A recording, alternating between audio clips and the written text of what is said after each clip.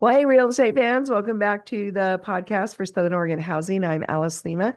I am a principal broker at Home and Land Real Estate. And today we're going to talk about one of my favorite subjects, riverfront property. So, the riverfront lifestyle is huge in Southern Oregon. Did you know we actually have 10 rivers or more, but 10 major rivers in 3 counties in Southern Oregon? I actually did not know that until I was running the sales numbers for this podcast.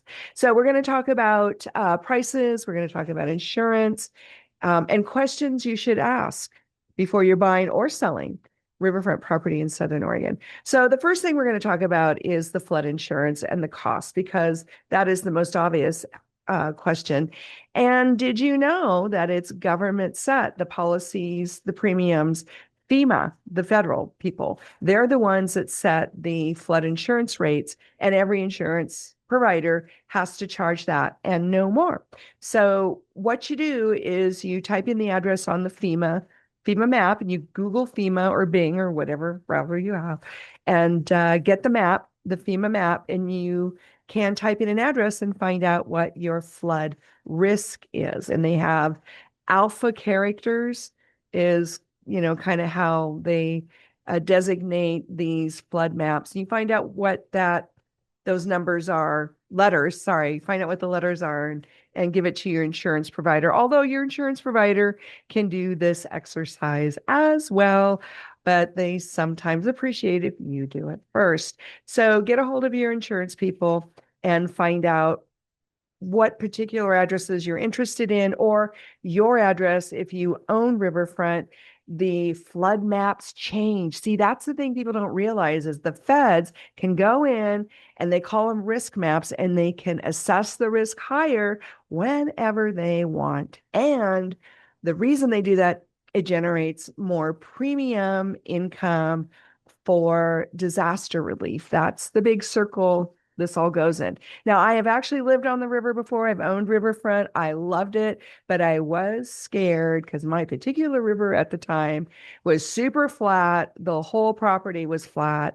So our risk was high, not only for the FEMA people, but also just practically speaking. So we're going to talk about that later in the podcast, is the actual, lay of the land and how ready should you be to bug out at any given time.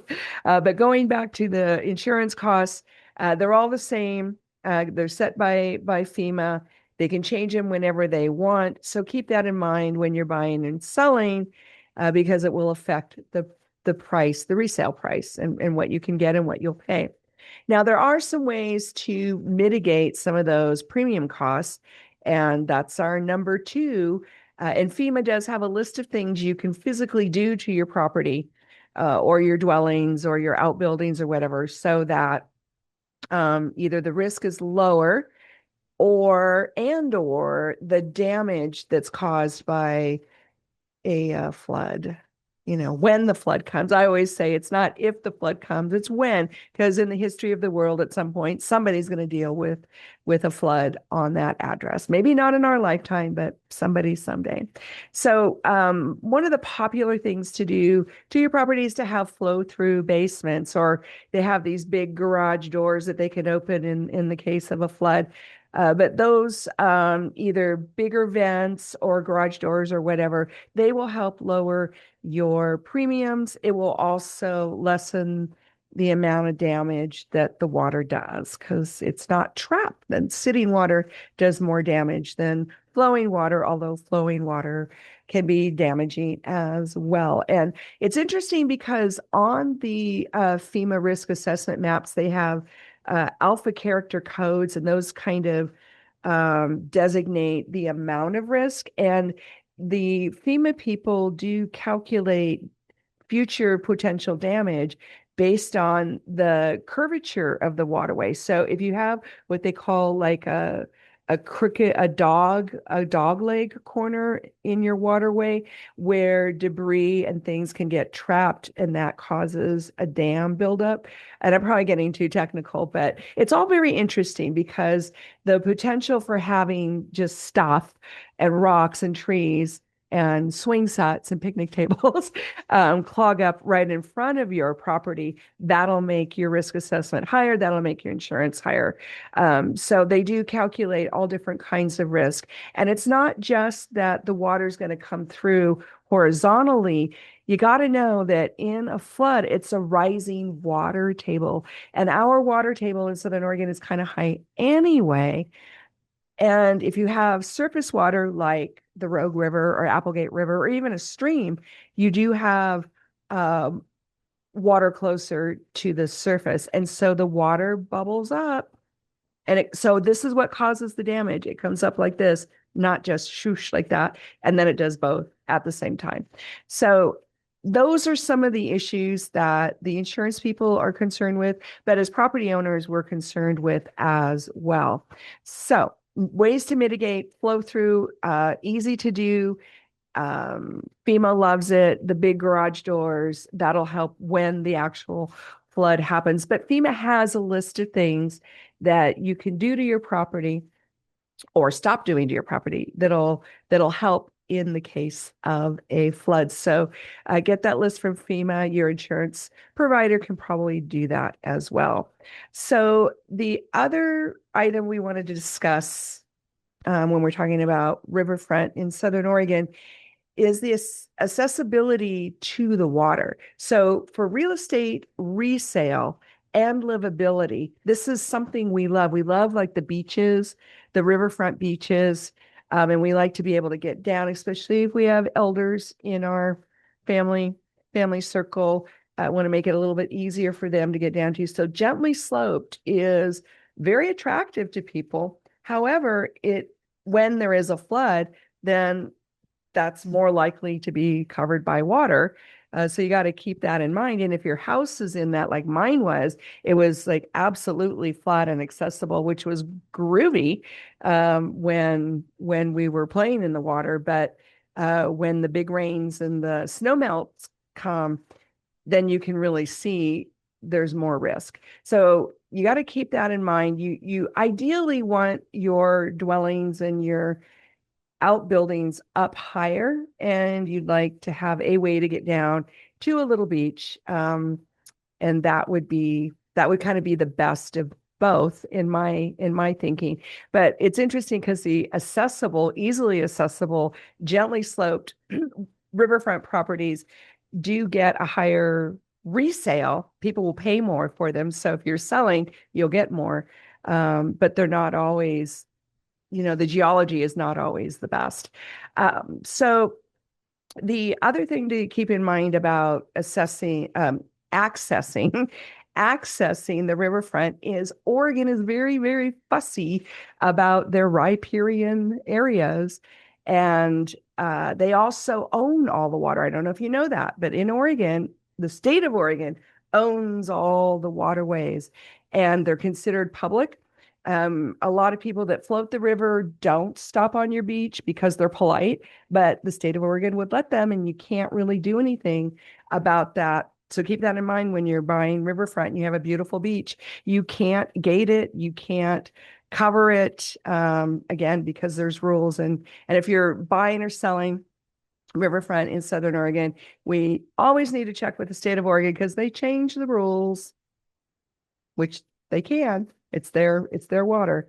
But we want to be up to date at every moment on what the state of Oregon rules are. And that applies to docks. A lot of people want to have a dock for their boat or to fish off of and something like that. And you can't always do that in Oregon, especially if you want to do a cement dock or a wood dock or something like that. Floating docks are usually better tolerated by the state of Oregon, but see, we have to check, and double check. And even if you have an existing dock, you do want to find out, especially if you're selling, you do want to find out what the current rules are so you could put that in your listing. So that is some of the lifestyle things to talk about for Riverfront. I do want to go over the prices. So year to date, here we are capturing the end of March. So March 31st, 2026. So a year in front of that, 2025 to March 2026. you're going to be shocked at how much the prices went down. So on average, the prices, and we're averaging all three counties, Jackson, Josephine, and Klamath, because that's what we report on. So that's what we consider mostly Southern Oregon. So the average price for Riverfront this last year, $677,000. I find that shocking because Riverfront in Southern Oregon commands a premium. But the high prize goes to Jackson County. We had a $2 million sale. But again, you know, and I know that's a lot of money, and I'm not making it sound like it's not, but I was just surprised that that was the high that we had in the last 12 months is 2 million, but it was in Jackson County. And the low, you're going to fall off your chair, $160,000. And it was in Josephine County, not Klamath. So it's been, the economy's been hard for everybody, and our riverfront people have taken a hit, but there's quite a few sales happening. So we had a total of 71 sales across 10 rivers, and the top two rivers, and you could probably guess, were Rogue River and Applegate. So we had 46 sales in the last 12 months on Rogue River and 12 sales on Applegate. But again, we have 10 possible rivers across three counties. So 71 total sales across 10 rivers in the last 12 months. And guess what the average days on market was? Again, you're going to fall off your chair. So Riverfront is selling pretty quickly, and the days on market on average are 97 across all three counties. So the fastest moving riverfront, haha, no pun intended, fastest moving, get it? Klamath County, 61 days on market, and the slowest, Jackson County, averaging 123 days on market, but still 123 days, that's only 4 months, 3 to 4 months. That's still pretty fast. So anyway, I love our riverfront. I'm a great riverfront agent. Also great just with rural property in general. Want to be your agent. So give me a call. Give me a text, 541-301-7980. That's 541-301-7980. So let's talk about what we want to do with your riverfront. And if you want to buy riverfront, definitely give me a call or a text, because we can go over all the things to consider before you make your purchase. In the meantime, hug those you love. Have a great Southern Oregon week. Bye now.